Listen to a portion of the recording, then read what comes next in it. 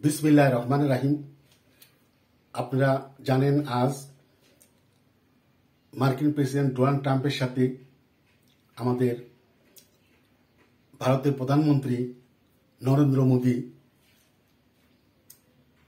এই প্রথম ট্রাম্প এবার নির্বাচিত হওয়ার পর আমরা আগেই শুনেছি ট্রাম্পও আগ্রহ ব্যক্ত করেছিল যে প্রথম মোদির সাথে তার বন্ধু মোদির সাথে তিনি আলাপ আলোচনা করবেন। মোদিও অধীর আগ্রহে বসেছিলেন ট্রাম্পের সাথে আলাপ করার জন্য। তো সেই ক্ষণটুকু আজকে সেই প্রেক্ষাপটে আমি বাংলাদেশের রাজনীতি এবং মোদির আজকের যে আলাপ আলোচনা হবে সেই ব্যাপারে আমার ক্ষুদ্র অভিজ্ঞতা থেকে আমি কিছু কথা বলতে চাই। আপনারা দেখেছেন, আরেকটি কথা আমি বলতে চাই, মার্কিন রাজনীতির জীবন ইতিহাসে এবার এতই ভারতীয় বংশোদ্ভূত এই বিভিন্ন আমেরিকা যুক্তরাষ্ট্রের বিভিন্ন ডিপার্টমেন্টে তারা বিচরণ করছে, ভালো ভালো পদে,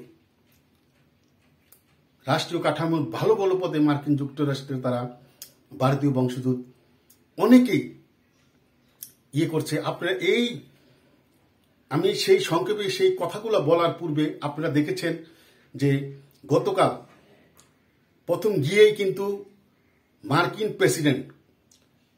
প্রেসিডেন্ট ডোনাল্ড ট্রাম্পের পরে যে ভাইস প্রেসিডেন্ট,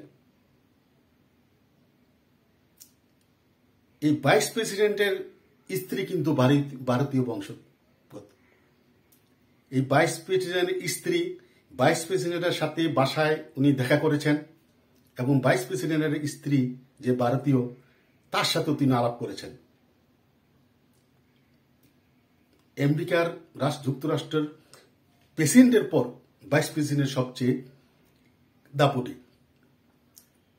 গতকাল ওখানে তার বাসায় দেখা করেছেন। এরপরে আজকে সকালে এই তুলসী গ্যাবার্ড, আমেরিকার গোয়েন্দা যে প্রধান, তাকে অনেক কথা হয়েছিল, অনেক দিন যাবৎ শুনেছি তাকে আবার এই পদে রাখবে না, সে রাশিয়ার গুপ্তচর, নানান কথা বলেছে। কিন্তু আজকে কনফার্ম হয়েছে গতকাল যে আমেরিকার গোয়েন্দা প্রধান তুলসী গ্যাবার্ডকে করা হচ্ছে। আজ সকালে তুলসী গ্যাবার্ডের সাথেও এই ভারতীয় বংশোদ্ভূত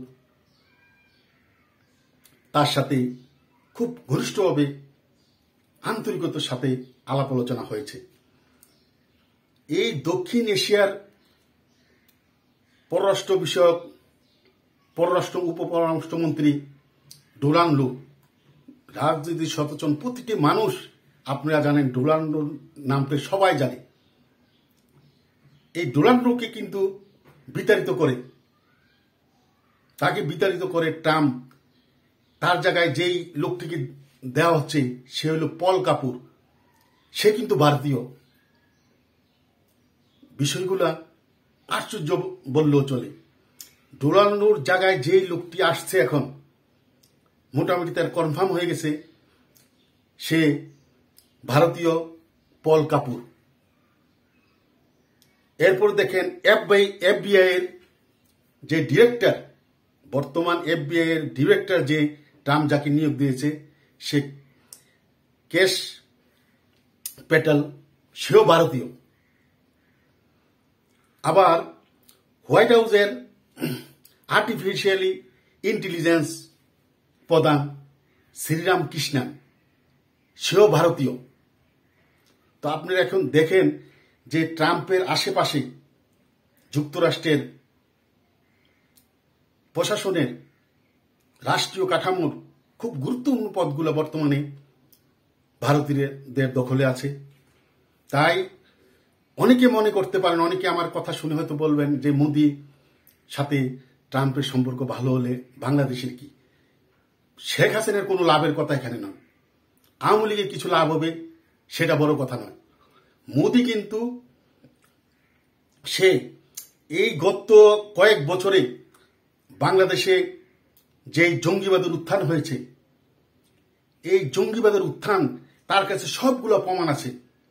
আপনারা দেখেছেন কিছুদিন পূর্বে যে চট্টগ্রামে 10 টাকা কষ্ট ভারতীয় উলফাদের জন্য 10 টাকা কষ্ট পাকিস্তান যে পাঠিয়েছিল, সেগুলা আসামিগুলাকে এই সরকার তাদেরকে ছেড়ে দিয়েছে, ওই মামলাটাই শেষ করে দিয়েছে। সারা বাংলাদেশে এই সরকার আসার পর যেভাবে মাজারে হামলা, মাজার ভাঙ্গা, বিভিন্ন জায়গায় 32 নম্বর ধানমন্ডি আওয়ামী লীগের অফিস, এই ট্রাস্ট, এমন সারা বাংলাদেশে বিভিন্ন জায়গায় যে ধরনের করেছে। আর 32-এ ভাঙার সময় তারা এখানে নামাজ পড়েছে, কালেমা লেখা পতাকা উত্তোলন করেছে। এই জঙ্গিবাদ যে উত্থান সারা বাংলাদেশ হয়েছে, এগুলা শুধু এই ভারত যেহেতু সবচেয়ে বেশি বর্ডার বাংলাদেশের সাথে, তাই ভারতের নিরাপত্তার জন্য সে ট্রাম্পের কাছে বলবে যে বর্তমান সরকার জঙ্গিবাদের আশ্রয়দাতা, প্রশ্রয়দাতা। আর আপনারা জানেন এই জঙ্গিরাই কিন্তু এই সরকারকে, শেখ হাসিনা সরকারকে উৎখাত করার জন্য সবচেয়ে বড় ভূমিকা রেখেছে। তাই ট্রাম্প নিজের প্রয়োজনে এই কথাগুলা বলবে, অবশ্যই তার বন্ধু মোদির বন্ধু ট্রাম্প অবশ্যই এগুলা মনোযোগ সহকারে শুনবে।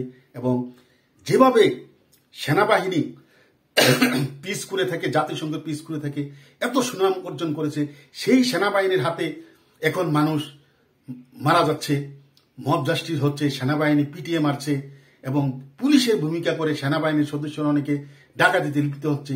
এমন একটি ব্যাকড্রপ হয়েছে। এগুলা সব কিছুর ট্রাম্পকে যখন মোদি সাক্ষ্য প্রমাণ দিয়ে উপস্থাপন করবে, অবশ্যই ট্রাম্প বাংলাদেশের উপরে, এই সরকারের উপরে, ইউনূস সরকারের উপরে স্যাংশন দিবে। এটা আমার দিনের আলোর মতো সত্য। তাই অবশ্যই এই সরকারের উপর একটি খড়গ নেমে আসবে বলে আমার বিশ্বাস। এ কথা বলে আমার এখানে কথা শেষ করলাম। জয় বাংলা, জয় বঙ্গবন্ধু।